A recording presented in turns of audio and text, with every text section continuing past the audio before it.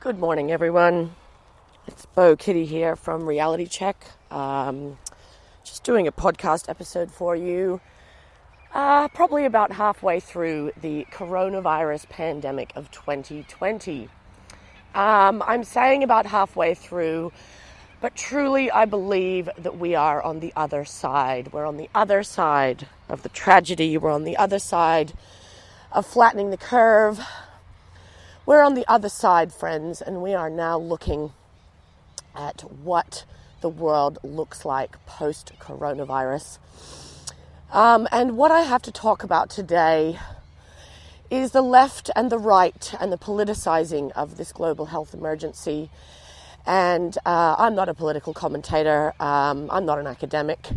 But what is really worrying me is what I am seeing in the extreme left, which has been mostly my community for a number of years.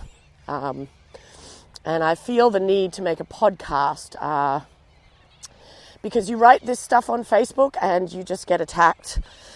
I've been making daily live videos there, sort of a gonzo reporting, but I usually try and keep them to 4 to 7 minutes. And you know, there's a lot I can't say in that space for various reasons that we're all aware of. Mainly just the fact that everybody is a silo of agreeing with themselves, cognitive dissonance, and yeah, it's really hard to have nuanced conversation there right now. So I'll just start by what triggered the idea of this. Basically, I've been a news machine, so I've been in solo isolation for over 6 weeks now. So I am on the phone a lot because there's no humans in my house. The humans are through the phone. So whenever anyone's been like, put social media down, I've been like, do what you like, mate. But my people are all through the Facebook Messenger and WhatsApp, and they're all there. So I've been on the internet a lot, and I have been devouring a lot of news, a lot of opinions, from all different places. And I have the advantage that because of my broadcasts, people do send me a lot of things as well. Some of those things are total conspiracy bullshit, and others of those things are amazing insights and news and whatever. So it's just a case for me of weeding through the information, just being discerning compared to like who's sending it to me and why. And, trying to find my own truth in there somehow. And I feel like I've done a pretty good job at that. I've actually believed and put out a couple of pieces of misinformation, but very quickly it's been pointed out to me that they were not correct. And I feel like most of the time I've been reasonably onto what has been true and what has been not true during this time. However, in that, the facts themselves have been elusive. We literally are hearing new facts every day about this virus. We're hearing new things about what our countries are doing because they have no freaking clue and they're scrambling. So it's been a incredible time for those of us who, are fascinated by humans and society, anthropology. Like, this has been one of the most exciting months of my life, I will admit. Okay, so get to the point, Bo. So, actually, this is a podcast. I can take my sweet-ass time, can't I? Anyway, I've got 40 more minutes, so here we go. Okay, so I'm going to talk about Australia because, let's face it, we don't actually know whether a lot of the news or numbers or stats that's coming out of the other countries is relevant. However, in Australia, I feel like our government is not quite as Dr. Evil as some other governments. And really, when you look at Scotty from marketing, I feel like the way that we have been reporting and handling this particular crisis has been not terrible. Okay, it's been not terrible. And let me just be really honest that I think the entire country felt completely stranded and neglected and even abused by the government's treatment of everybody during the bushfires. I mean, our leader went and sat on a beach in Hawaii, in a Hawaiian shirt, drinking beers, while our farmers had to kill their animals alive and lost their land. Like, in what world is that okay?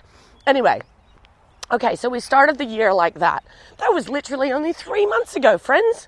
That was 3 months ago. And look, it was 4 months ago. Look where we are now. So anyway, the government had a long way to go, right? And they've done some things. They have done some things. They did lock down the borders reasonably early. They could have done it earlier, but they did it reasonably well. They did lock down the country in a way that I feel was reasonably fast as well as reasonably considered.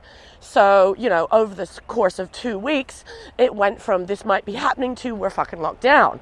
Now, that is pretty fast for a government to move.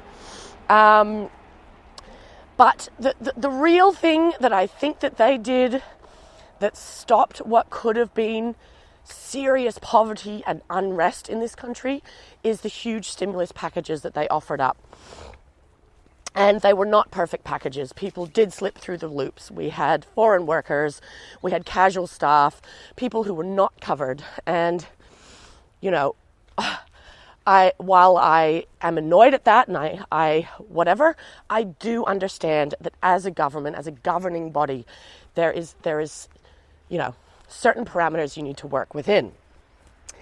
I also understand from my years of festival operations that when you put a new policy in place like a lockdown, you've got to go hard at the start. So I'll give you an analogy, right? People who sneak into festivals. People who sneak into festivals are fucking assholes, because what they do is they take all of the resources, all of the water and toilets and even the time of the first aid and away from people who've paid to be there. I have no time for sneaker-inners. They think they're fucking cool, and the best thing about them is they brag, right?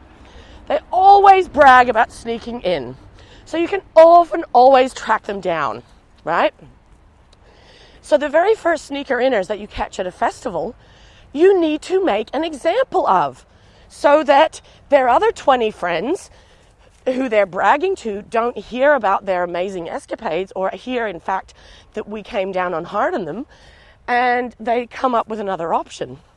So anyway, at festivals, I'm always consulting in this area, and I'm like, do we want them to pay cash up front? Would we like them to clean toilets? What would you like them to do, promoter, that is going to show by example to the rest of your punters that breaking in is not okay?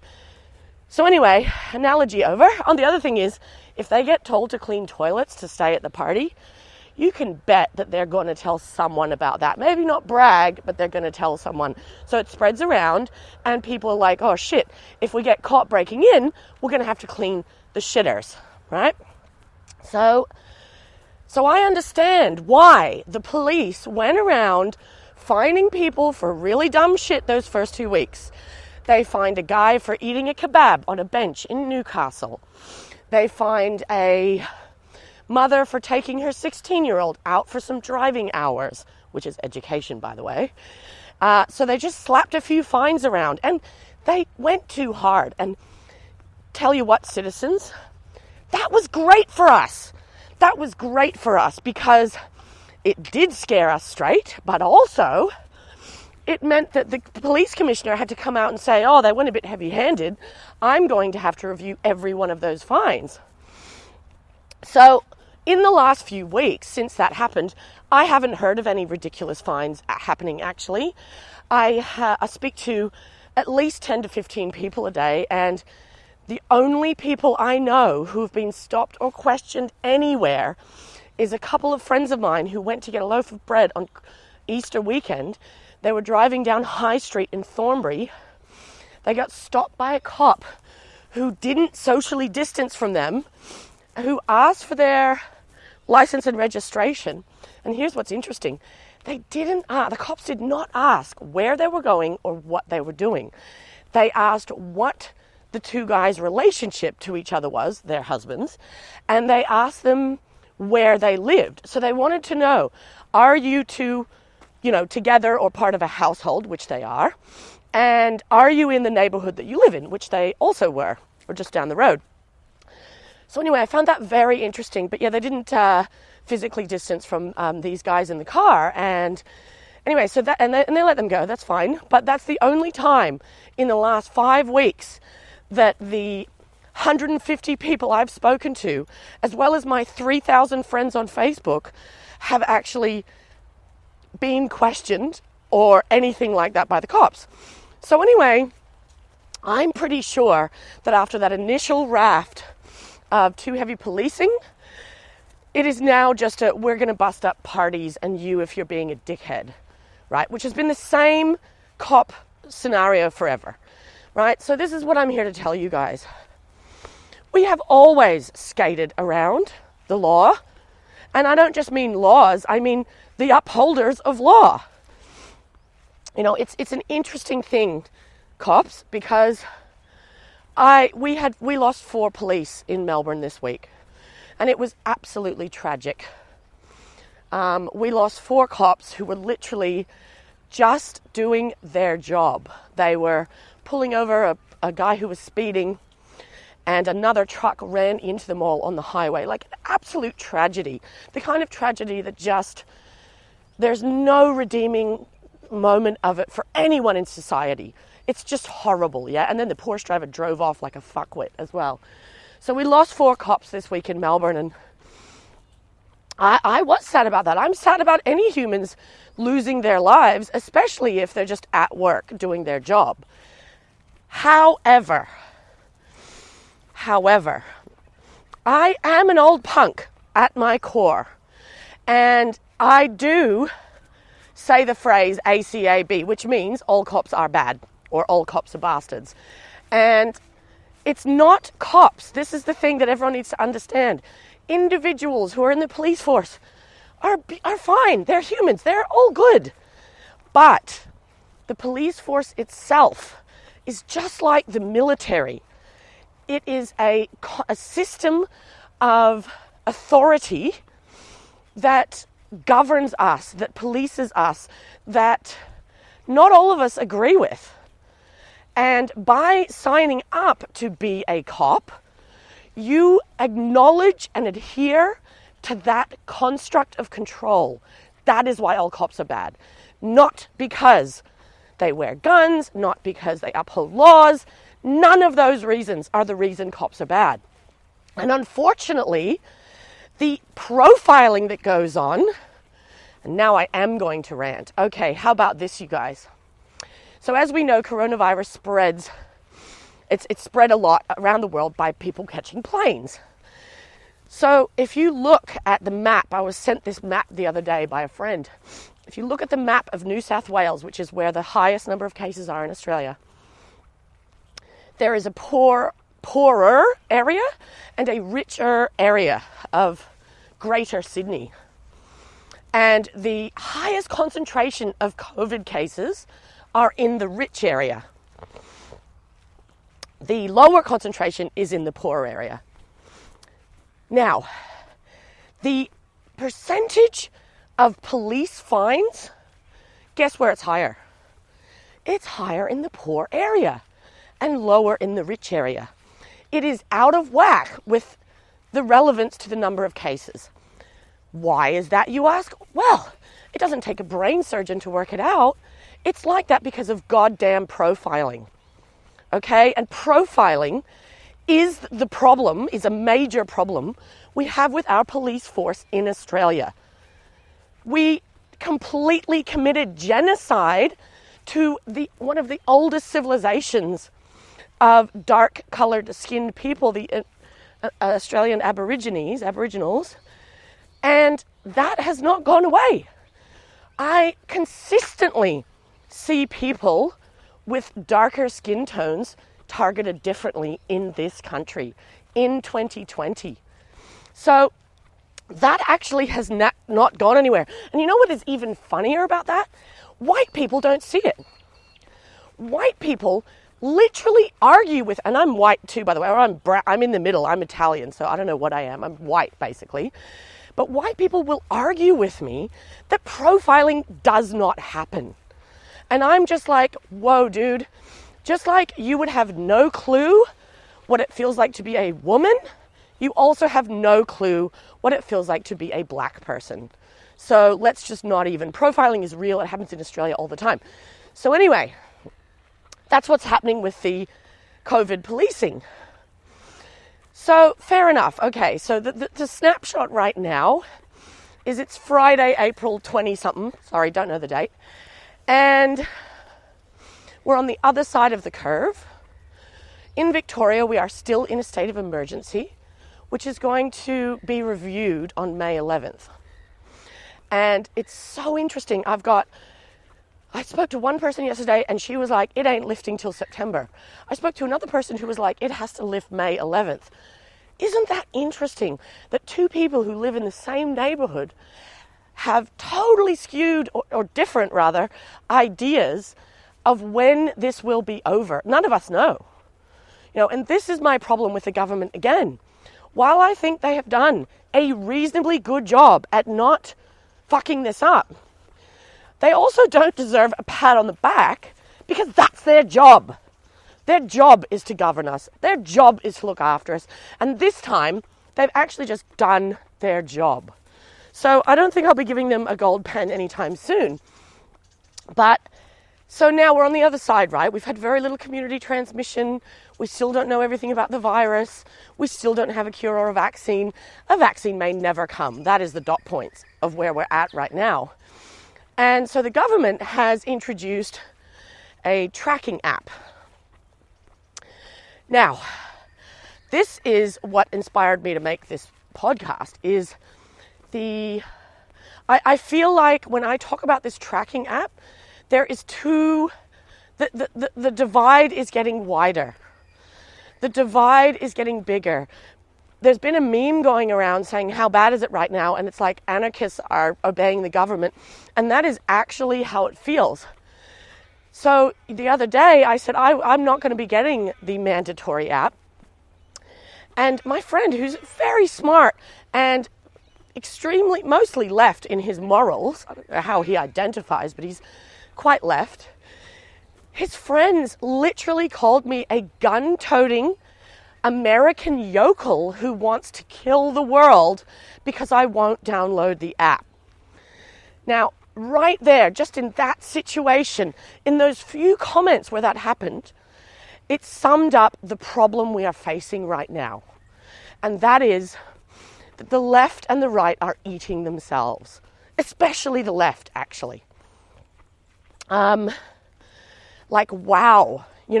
me not wanting to give my location data or even just any access to my phone to the government is nothing to do with me then having some opinion about the virus. These things are separate.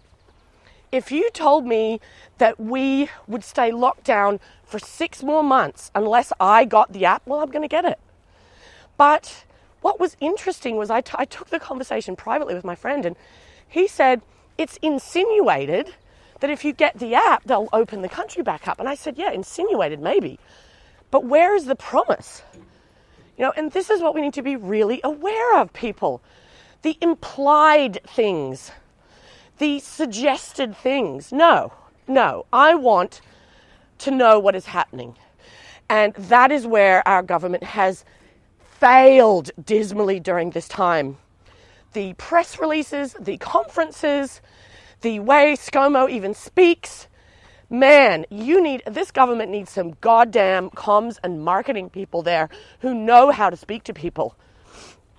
And not only that, know how to speak to people when they're panicked. When people are panicked, the worst thing to do is give them more misinformation. You just need to be really clear and really calm. And if you don't have all the info, then fucking tell them that. It's okay to admit you don't know yet, even if you're a government. So anyway, what is really concerning me is that what is happening right now is there are protesters, not just in America, but all over the world protesting lockdown. And they are protesting not just money. This is what's so upsetting. The memes that are like, oh, these capitalists just want to get back to work. What the fuck is that? These people are protesting their freedom. They're protesting their right to make choices. And I am not a Trump supporter, by the way. But there are protests happening in a million other countries right now, not just America. And what's been really annoying and upsetting to see in Australia is these fucking hypocrites who bash all of these Trump supporters, in quotation marks, when they don't actually know that they are, who are protesting for freedom. And yet there are hippies in Mullumbimby protesting in the streets right now, 5G. Isn't that about freedom as well? Isn't that about the freedom to know more information about 5G technology? Why does it make it okay for the left to do dumb shit like protest during a pandemic, but it's not okay for the right, in quotation marks? I am sorry, but this level of hypocrisy, this is what's eating us. Both sides. And the right aren't any better. It is alt-right think tanks that have been pushing all of this 5G bullshit to the hippies to keep us all divided and to let all these white men powerfully think that they know what's going on and nobody else does. The alt-right and the alt-left are insipid, blinkered idiots, both sides. There is no nuanced argument with either side. There is, I am right and you are wrong. And I've always known this about the right. I see it. I've seen it because I've been a tattooed, liberated, anti-authority woman. So of course I'm going to cop shit from people on the right. But wow, the last 2 years, my own community is eating itself. People calling each other names for trying to have a different opinion. How is that fucking liberated of you? And I am not shy about the fact that I am deeply anti-authoritarian. Deeply in my core, I am a libertarian. I believe we can all do whatever we want as long as we don't hurt anyone else. That is the whole point of human sovereignty and human choice and personal accountability. And I choose to live like that. I live in a capitalist society and I live it in a libertarian way. Anyway, so I think we need to be very careful with these conversations right now. If you want to upload and be tracked by the app, good for you. If you don't, that's your choice. The problem is when we start policing each other for it. I'm not going to call people like government bootlickers because they're downloading the app. Why would I? I actually thanked them in this thread the other day, and I was like, thank you for being the 40%, because I'm not going to be. And we want 40% to do it. I think we need to be extremely careful. So here's the other thing, the dobbing lines. So dob means steal in Australia. To dob on is to rat on. To dob is to rat on. So they put these laws in place and they put this dob line, phone line, and all these fucking Aussies dobbed each other in. If that's not our convict heritage, I don't know what is. But the other thing is, that's coming from fear. The only reason they're dobbing is because they are terrified for their own family. So people have just been getting so angry at other people. They're angry at other people for dobbing. They're angry at other people for stockpiling toilet paper. They're angry. Like, can we let the anger go, please? Can we just let that go? Because I'm telling you what, anger is no good for our immune system, and we're dealing with an immune disorder. So it's interesting. There's a lot I could say. There's a lot I could say about what I think is happening in China, blah, blah, blah. But let's face it, who knows what is happening in China? None of us fucking do. ScoMo doesn't know. And whatever's going on there, it's not what we're hearing in the news. That's all I know. And you know what's interesting? I ask people, so this whole pandemic thing, just one question. Fishy or not fishy? And I just mean in general. And almost everyone has said something's fishy. Something is fishy. So, I really feel, friends, that we're going to know in the next few years what went down here. We're going to know if it was released or if it was a plan by someone, or, we're going to have more information. We just don't have it at the moment. But I just really need to caution everybody against policing each other. I mean, this is where the whole society turns on itself. In the UK and in Europe, you're not allowed to be in public spaces now without a mask. So we've got no smiles being witnessed. I know that sounds ridiculous and hippie, but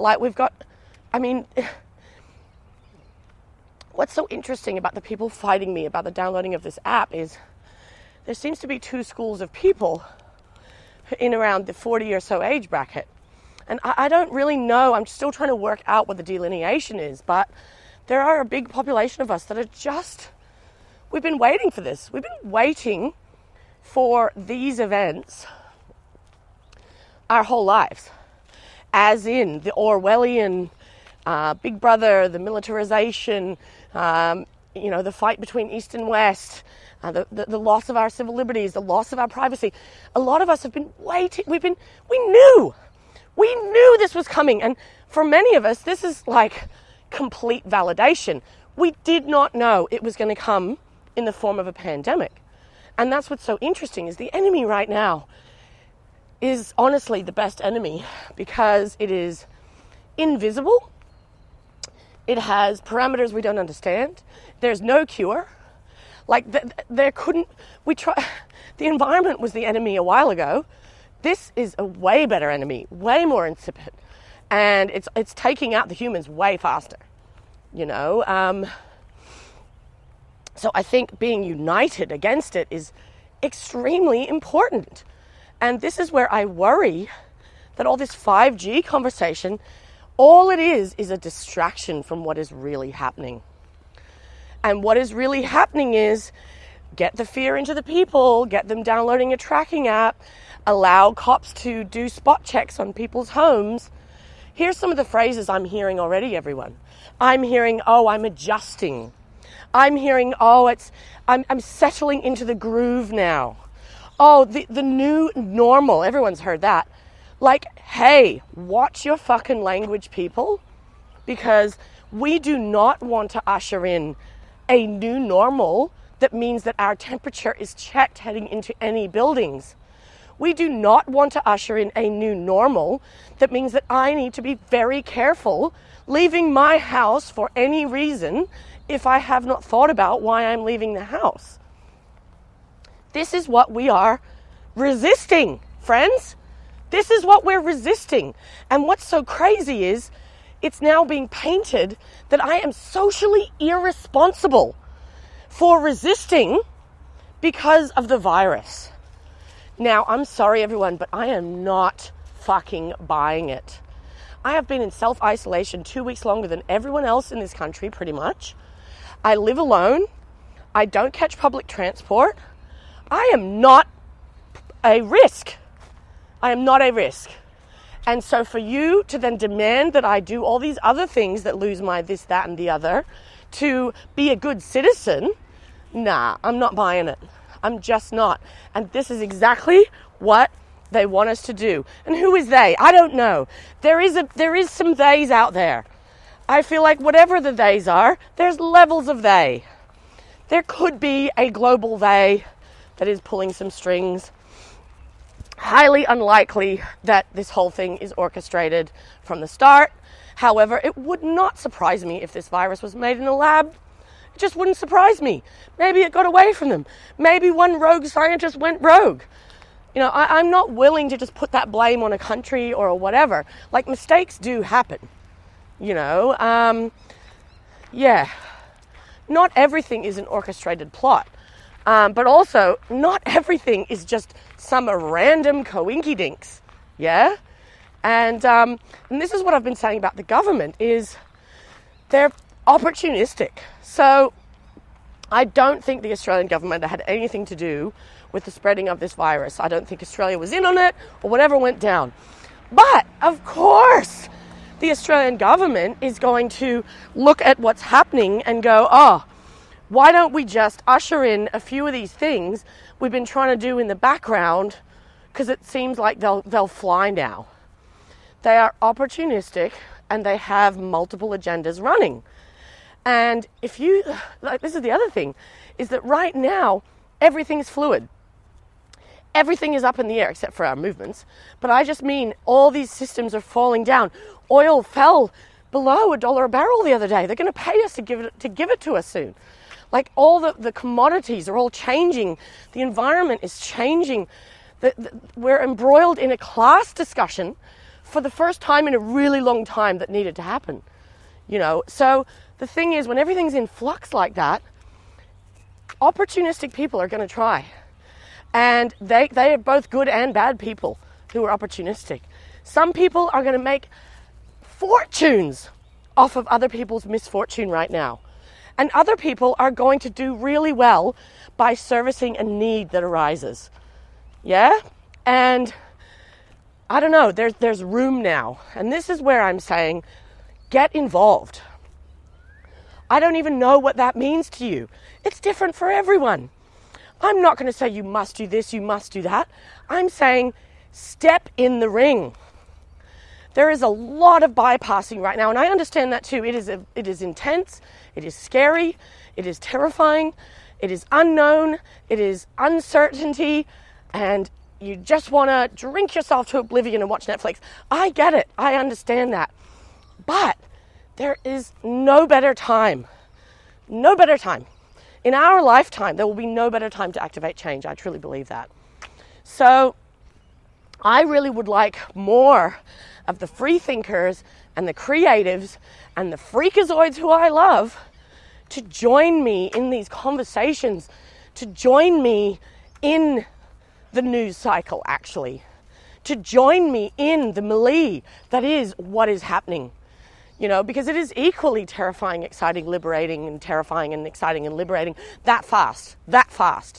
I mean, even one article can send you in all of those areas of spin and of feeling, you know. Yeah, there's lots of experts right now, and I'm not one of them. I'm just me, you know, but I have felt the call at this time to speak to my community, to speak not for my community, but speak to them in a way that they'll understand. What I hope comes of this as well is I actually hope that celebrity is dissolved. I hope that all these rich fucking movie stars lose that pedestal of fame, because we don't really need them in the new world. We do need people who think like MacGyver. We do need people who are willing to ask tough questions, even if their community ostracizes them at times. We do need hospital workers, grocery store workers, frontline workers. You know, we do need to calm down on all of our agriculture, the way we farm. You know, we need to calm down on our fucking meat consumption and eating bats. Oh, if that really happened, I don't know. I just wanted to put that in, sorry. I don't know, we really do. If we're going to save this planet and we're going to move forward as a society that doesn't just implode like the dinosaurs or whatever happened there, we do need to reassess what we're doing. Now, this is a chance to do that if you want it. And here's the thing. Individuals feel like they have no power, but we do. We have power over our mind. We have power over whatever finances we have. We get to choose where to spend it. And I'm telling you, friends, if some shops choose to stop taking cash moving forward, I will only shop at shops with cash. And it's so interesting how many people in the music industry don't understand cash and why it's important. Cash has been an important part of economy forever. It is dangerous to have only digital money. It is dangerous because it cuts out a lot of industries. Yes, the black market, but also sex work and a million other cash economies that are operating right now. And just because you're not aware of them, it doesn't mean that they don't exist. So yeah, cash is one thing that I'm going to be fighting forever. I will always use cash. I believe in a cash economy. I believe in working outside of any system wherever possible, which is why I don't want the app, which is why I have some money in Bitcoin. Like, I've always been this. I do not have flybys because I do not want them to track my purchases. I have just always been this person. Why the fuck would I change any of that now because of coronavirus? No, I am not changing who I am based on a pandemic. You can forget about it. And same with the laws. I am going to leave my house whenever the fuck I want. If it's to be physically distant, and see friends in the neighborhood who have also been isolated, it's actually illegal for me to do that. I read the legislation yesterday, friends. I printed it out. And it said, if you live alone, you cannot have a visitor. That is a recipe for mass suicide, government. That's what that is. Even just reading that makes you want to commit suicide. And we're not hearing about the numbers of suicide that have happened in the last few weeks in this country. But I am really a resilient, strong person, and I have been through some major shit in my life. And so I know that I'm going to survive this. But this solo ISO thing, honestly, it's one of the hardest things I've ever done. And it's not because being alone is hard, because I'm alone a lot. It's because of everything that's happening and all the messaging around being with your family when I don't have one. Like, this has been a really tough month. But I know I'm going to survive, and there's a lot of other people who just aren't. So, like, that legislation, I do not agree with. I also don't feel that me going to sit in people's backyards in the neighborhood is me putting the health. We really need to be conscientious humans and yet not let ourselves police each other.